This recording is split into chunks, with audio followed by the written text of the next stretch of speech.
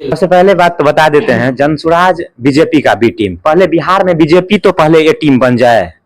BJP खुदे बिहार में जदयू का बी टीम है। अब ए टीम कहां से है? ये बीजेपी का बी टीम जनसुराज कहां से है? बीजेपी का एगो बहुत तगड़ा नेता बीजेपी का नेता नहीं था, बीजेपी भी कहीं से उसको पैंचा ला के लाया हुआ था। सम्राट चौधरी जी जब प्रदेश अध्यक्ष बने थे तो क्या पूरे बिहार में जगह जगह जिला में हेलीकॉप्टर से घूम घूम के प्रचार करते थे और मान के हुमेच के मुरेठा बांधे थे और क्या नारा दिए थे, अब की बार नीतीश का बेड़ा पार। क्या हुआ? बिहार से सैकड़ों किलोमीटर दूर सरयू नदी के तट पर मुंडन हो गया उनका। जय हिंद। इस वक्त आप जुड़ चुके हैं टीवीएन 24 के साथ और मैं हूं आपका साथी, आपका भाई रोशन। आप लोगों को पता होगा कि बिहार में इन दिनों एक ऐसा पार्टी है जो काफी तेजी से विस्तार हो रहा है। उस पार्टी का कार्यक्रम आपके नजर में आया ही होगा। उस पार्टी का नाम है जनसुराज पार्टी, जो कि बिहार में काफी तेजी से इनका विस्तार हो रहा है। और इन्हीं का एक राज्य कार्यकारी समिति सदस्य हमारे साथ मौजूद है, विक्रांत कुमार। हम इनसे जानने की कोशिश करते हैं, कुछ हमारे सवाल है जनसुराज से रिलेटेड, हम इनसे जानने की कोशिश करते हैं।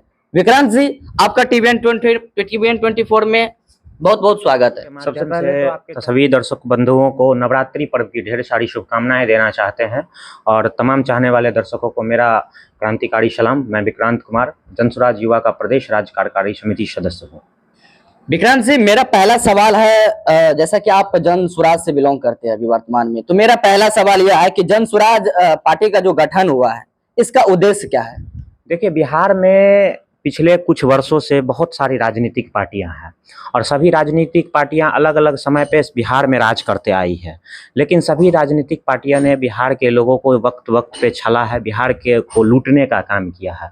जिसके बावजूद बिहार के लाखों करोड़ों लोगों ने एक मंच पे आके एक आह्वान करके एक काम किया, जो सही लोग सही सोच और सामूहिक प्रयास के तहत एक ऐसा संगठन, एक ऐसा मंच तैयार किया जाए जिसमें नए लोगों को हम लोग राजनीति में भेजेंगे और नए लोगों को सरकार के द्वारा हम लोग को जिताएंगे और जिसके बाद एक सुंदर बिहार, जनता का सुंदर राज्य यानी कि जनसुराज बनाने का हम लोग काम करेंगे। सुंदर बिहार बनाने का हम लोग काम करेंगे, जिसके लिए ही जनसुराज पार्टी गठन किया गया है।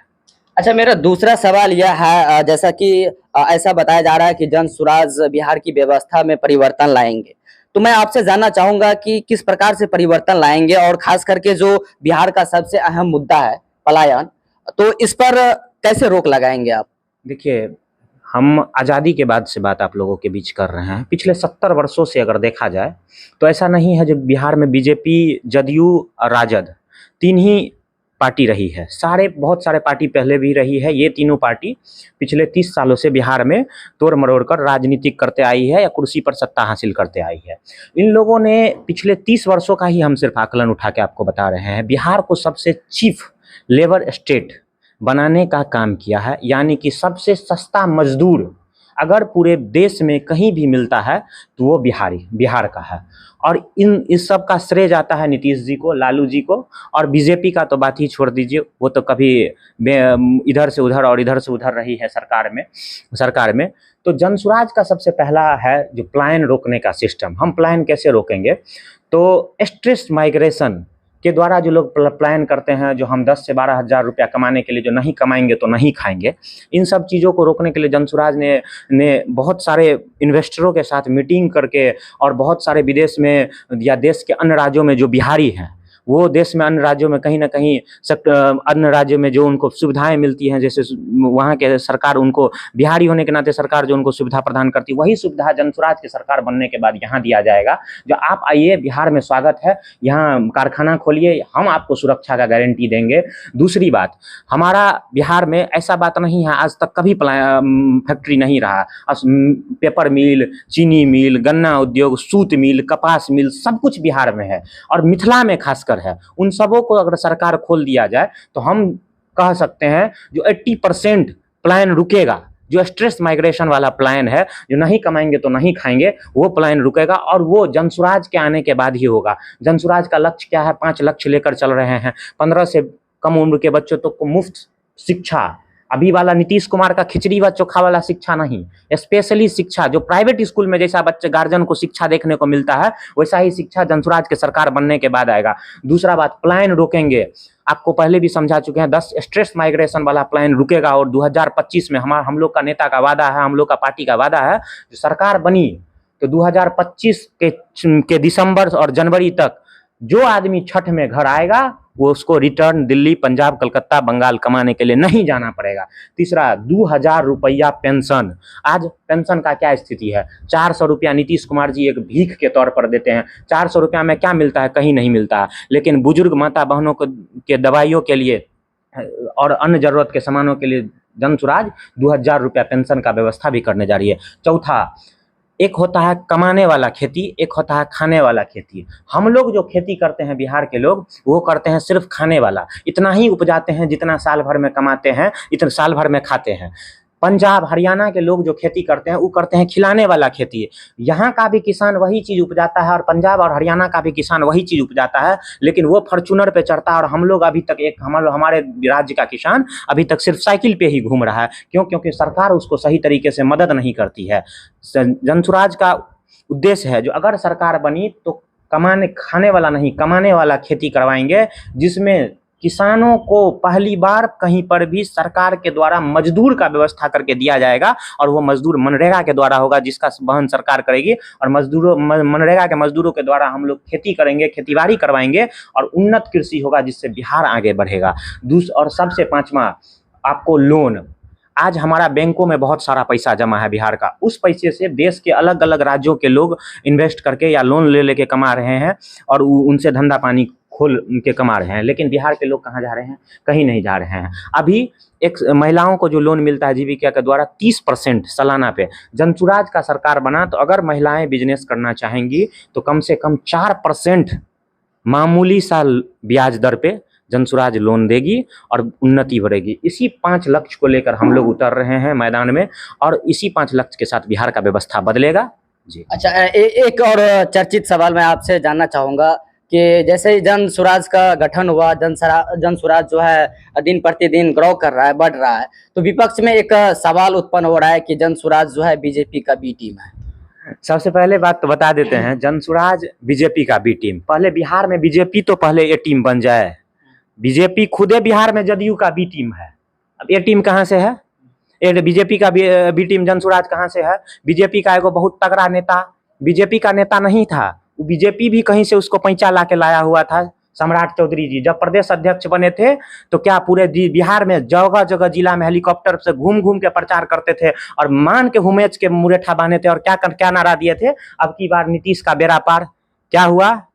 बिहार से सैकड़ों किलोमीटर दूर सरयू नदी के तट पर मुंडन हो गया उनका। लोगों का एक बार मुंडन होता है, सम्राट चौधरी का तो 2 बार मुंडन हुआ। और वो लोग आरोप लगा रहे हैं और विपक्ष के लोग आरोप लगा रहे हैं जनसुराज बीजेपी का बी टीम है। जब बीजेपी में बिहार का क्या अस्तित्व है? पिछले 30 सालों से राजनीतिक गतिविधि उठा के देख लीजिए, बिहार में बीजेपी का एको को सीएम चेहरा रहा है?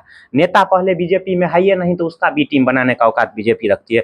जदयू बिहार में तो प्रशांत जी, नीतीश कुमार को प्रशांत जी खड़ा किए, बीजेपी को 14 में खड़ा करने वाले प्रशांत किशोर। और क्या कहते हैं लोग जो बीजेपी का बी टीम है?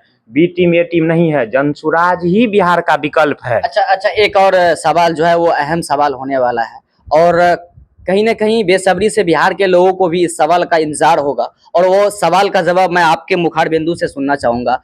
यह जो आगामी बिहार में जो चुनाव होने वाला है 2025 में, तो इस चुनाव में जनसुराज जो आपकी पार्टी है वो कितने सीटों पर चुनाव लड़ेगी? बिहार में 243 विधानसभा सीट पर चुनाव लड़ेगी और चुनाव जो होगा वो बिल्कुल अमेरिकी सिस्टम की तरह होगा। ये नहीं कि बंद रूम में प्रत्याशियों का ऐलान होगा, बिल्कुल नहीं।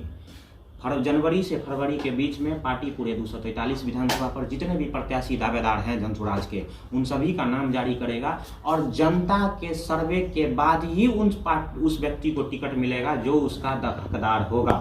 तो जनसुराज बिल्कुल निष्पक्ष 243 विधानसभा सीट पर चुनाव लड़ने के लिए जा रही है और पूरे मजबूती के साथ चुनाव लड़ेगी और जीत होगा जनसुराज का। तो क्या 243 में से कितने सीट जो है आपके पक्ष में आ जाएंगे? एक उम्मीद, अनुमान? सरकार बनाने जा रहे हैं। सरकार बनाने जा रहे हैं। बिल्कुल बिल्कुल। बिल्कुल बिल्कुल सरकार तो 150 फिर आज जब 150 आप सरकार बना लीजिएगा तो भाई इतने जो विपक्ष हैं जो इतने गठबंधन करके रहते हैं बिहार में, आप तो देखते ही हैं कि बराबर गठबंधन का खेल चलता है बिहार के अंदर, तो फिर ये गठबंधन वाले लोग क्या करेंगे? गठबंधन वाले लोग जाएंगे तेल लाने।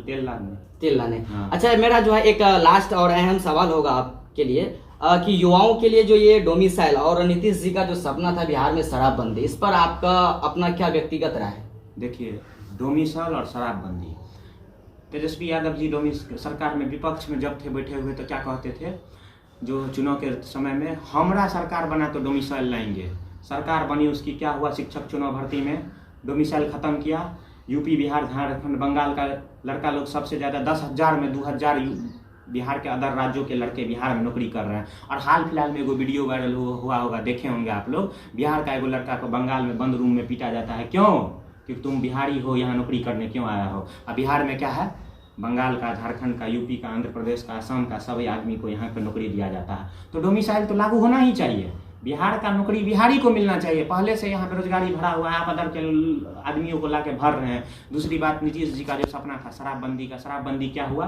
कहीं कुछ शराबबंदी नहीं है। शराबबंदी में बस लॉकडाउन लगा हुआ है, दिन को शटर गिरा हुआ रहता है, शाम होता नहीं है, रात को जुगनू की तरह शराबबंदी से चारों ओर दिखना शुरू हो जाता है। आप कहीं भी कोई भी गली चौक चौराहे पे खोजिए शराब, तुरंत आपको होम डिलीवरी मिलेगा। शराबबंदी बंद नहीं हुआ है, शराबबंदी खत्म नहीं हुआ है। नीतीश जी इसमें एक प्रोसेस लागू कर दिए हैं। पहले दुकान पे कस्टमरों को जाना पड़ता था, अब दुकानदार घर पे शराब पहुंचा रहा है। बस नीतीश जी यही काम करने का प्रयास कर रहे हैं। और हुआ क्या है, इससे किसको घाटा? राजस्व का घाटा हो रहा है, बिहार को नुकसान हो रहा है। चोरी छुपे तो लोग पी ही रहे हैं, इससे बढ़िया शराबबंदी खोल दिया जाए।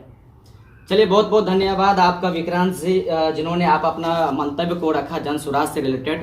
तो आप लोगों ने अभी जनसुराज के जो राज्य कार्यकारिणी समिति सदस्य हैं विक्रांत जी, उनको जाना और उनका मंतव्य को जाना, उनका उद्देश्य जाना, जनसुराज का गठन क्यों किया गया, उनका भी उद्देश्य आप लोगों ने इनके मुखार बिंदु से सुना। साथ ही आगामी जो चुनाव होने वाला है विधानसभा चुनाव 2025 में, उनमें कितने सीटों पर इनकी पार्टी जो है लड़ने की तैयारी कर रखा है, उनके बारे में भी आपने जाना। तो कुल मिलाकर देखा जाए तो 5 अहम सवाल थे जनसुराज से रिलेटेड, जिन्होंने जिसके बारे में हमने इनसे पूछताछ किया और इन्होंने बेबाकी से उनका जवाब भी दिया। फिलहाल आप लोग क्या सोचना चाहते हैं इस पार्टी के बारे में और इस पूरे मंतव्य के बारे में क्या कहना चाहते हैं? अगर कोई प्रतिक्रिया देना चाहते हैं तो आप हमारे कॉमेंट सेक्शन में जरूर दें। जय हिंद।